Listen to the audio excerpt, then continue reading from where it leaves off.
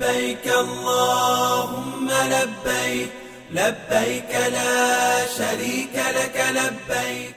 د سعودي عربستان په مکه مکرمه کې د نوي هجري کال د پیل په مناسبت د خانه کعبه د غلاف یا کسوې د بدلولو کلنۍ مراسم ترسره شوي دي.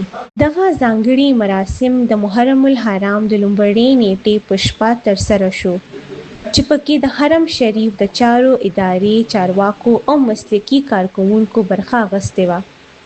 د سعودي چارواکو په وینا د کعبې شریفې نوي غلاف له شاوخوا 850 کیلوګرامه خالص تور ورېښمو جوړ شوي دي.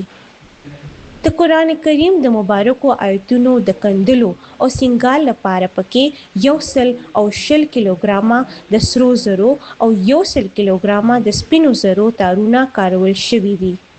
د کعبې شریفې غلاف له 4 جلا برخو او یوې ځانګړې پردې جوړې دي چې د کعبې په دروازې ځوړندوي. د دغه غلاف د جوړولو چارې د مکې مکرمې په ځانګړي مرکز کې ترسره کیږي چې لسګونه ماهر هنرمندان او تخنیکي کارکوونکي په کار کوي. د کعبې د غلاف بدلولو دود د اسلامي نړۍ یو لرغونی مذهبي روایت ګڼل کیږي. په تیرو وختو کې به دا غلاف په بیلابیلو اسلامي هیوادونو جوړېدو، خو اوس لسو لسیزو راهیسې په مکه مکرمه کې جوړېږي. تر تعویض وروسته پخوانۍ کسوه ښکته کیږي، په ځانګړو ټوټو ویشل کیږي او بیا د اسلامي نړۍ ځینو علمي ادارو او رسمي میلمنو ته د یادګار په توګه ورکول کیږي.